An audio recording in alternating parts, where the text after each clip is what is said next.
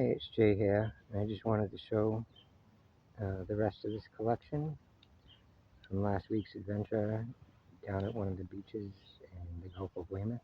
It's actually called the Gulf of Hingham, but the town mayor played a joke on saying it can now maybe the Gulf of Weymouth because of the whole issue, political issue. Yep. So yeah, let's look at some of these other pieces that we didn't get to look at yet, some of these bigger pieces.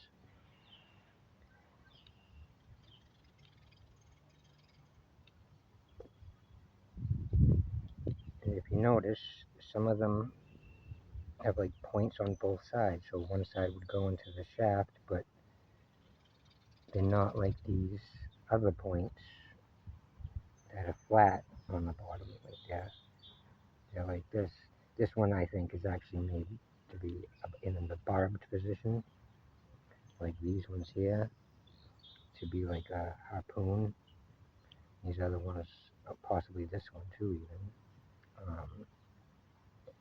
But was also a preferred style, but they wouldn't be napping from the bottom. They'd be napping from the side flaking this piece off of the host from one of the sides, probably this little nook down here. As Barry over at the Frog Pond School said, there's these divots in some of the pieces, and that's evident in some of these smaller pieces as well. So it's like sometimes you see the transition from the divot style over to the flat style. And over here, it's a little interesting. I mean, that looks like the bottom of a Clovis point, right? Well, it's not fluted, I don't think, right in here. And on the back side, it's just kind of flat. So that's like a kind of a different style. I don't know if that was the Clovis culture just working with this type of stone, and that's what they could produce with this type of stone, or if this was an earlier civilization or a civilization trying to like the Clovis China, we just work with that material.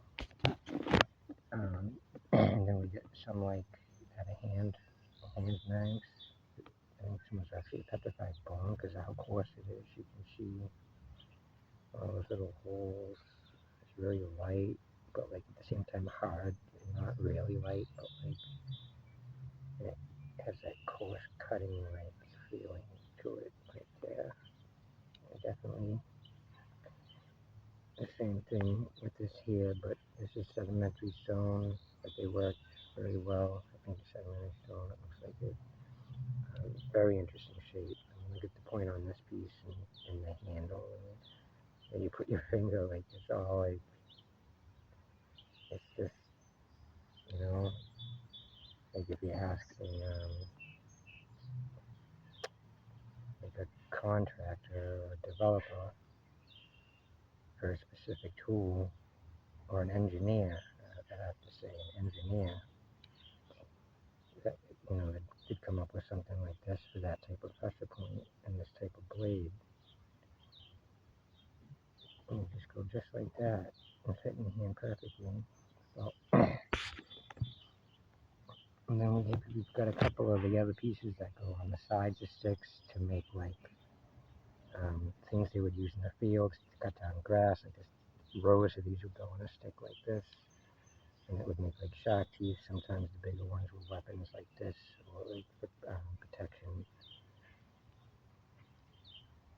This one here is sedimentary. This one here is sedimentary. This one here is thinner, and it's granite, and this one's granite, and it's thinner, much thinner. Those two pieces are granite, so I should find a lot of stuff in granite too. Like that piece from the beginning.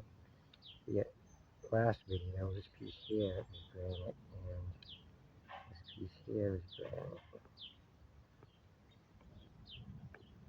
And this piece here is some sort of like purple metamorphic, like turned, like, I don't know, this is purple now, I don't know. Some of these other pieces are purple too, I find, that come out of the conglomerate, like these conglomerate pieces up here. Like they like dug these things out mostly like they were rounded in the conglomerate, and they'd dig them out, and then they'd work them in the little handheld tools, because they're so dense and hard and heavy, and it's this purple like um,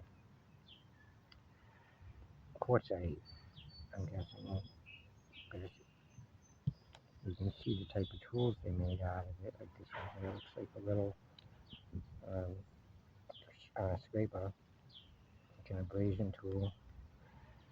And this one is also kind of the same way, like how you hold it. Like these notches actually do line up with how you hold it. And it's like kind of a very dull like edge right there, a very blunt edge. Mammoth stone here. A nice one you can see. We know if we turn the mammoth stone different ways, we can get different images. So there's some there.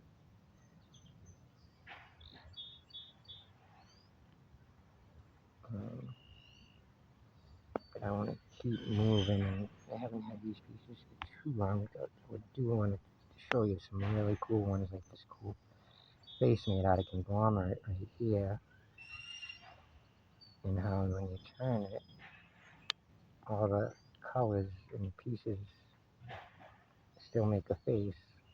Like there's a nose, and the rock where it should be a nose, and same for the eye and the mouth.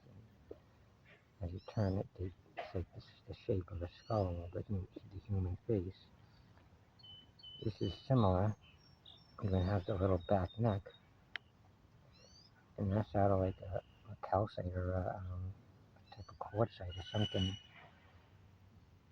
It shows you them messing around with granite, trying to get an edge right there, that they would knock this first piece off of the host rock after kind of getting the right shape, and they'd knock it off, and then they backflake the ear to kind of get an edge right here on it, and it's thinned out at the bottom where it makes the mouth of a face, to possibly be shafted and used as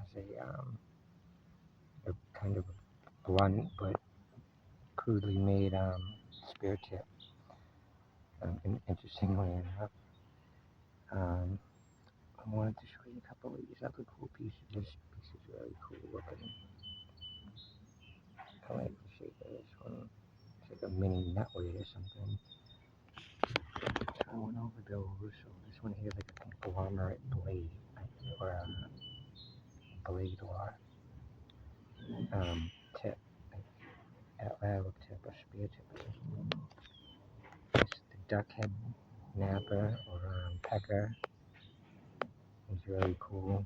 I like that. You can see the duck head from both sides. Really well made. And there's another napper. Percussion flaking. And then this one here over in the corner, set up, it's skinned out through the back, and it's got a point up here, almost like, I guess it would look like chisels. This almost looks like that, but it kind of has the back end like it was mounted into a piece of wood and used like this. So this might have been like agriculture or something else like warfare or protection. So there's a couple of these other points that I didn't show yet either. You can see I'm starting to transition over to the flat points. I don't know if this is time going on, or different cultures moving in, experimenting with that new stone from this area. This one was kind of interesting too. It's like a little razor blade. And I could just simply find a piece like this on the beach and nap it all the way around and flake it all the way around, and then knock it off in both sides and get a piece like this. Of course, it would probably be a little bigger, yeah, probably a thicker stone to be able to do that, but that's the idea. This piece is broken. This is too bad because it did have a semi-flat bottom to it. You can see how it's broken there. And this piece is kind of wild because it gets real thick at the top, almost like that quartz piece I showed from earlier. It just got a flat bottom. Remember this quartz piece that looked like a head on that side, and how it gets wider up top, but thinner where it would go into the shaft. And that's a point. That one's a point. But this one is a flat bottom. Either that or the point broke off. There's another point. Oh, yeah, we already went over these pieces, I believe. I didn't.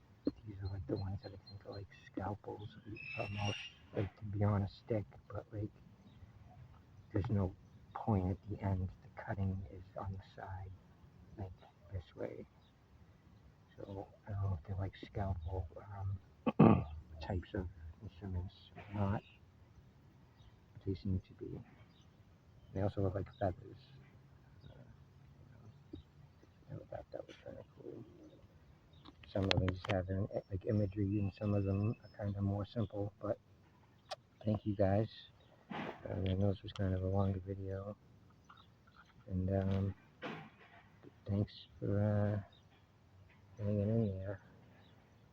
Let me show this guy before we leave. You guys made it to the end to get a bonus. I found this thing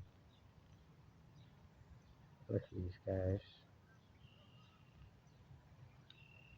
And this is some sort of tool. You can see it's got a notch right here. And it's flaked to have like this almost edge around this side right here.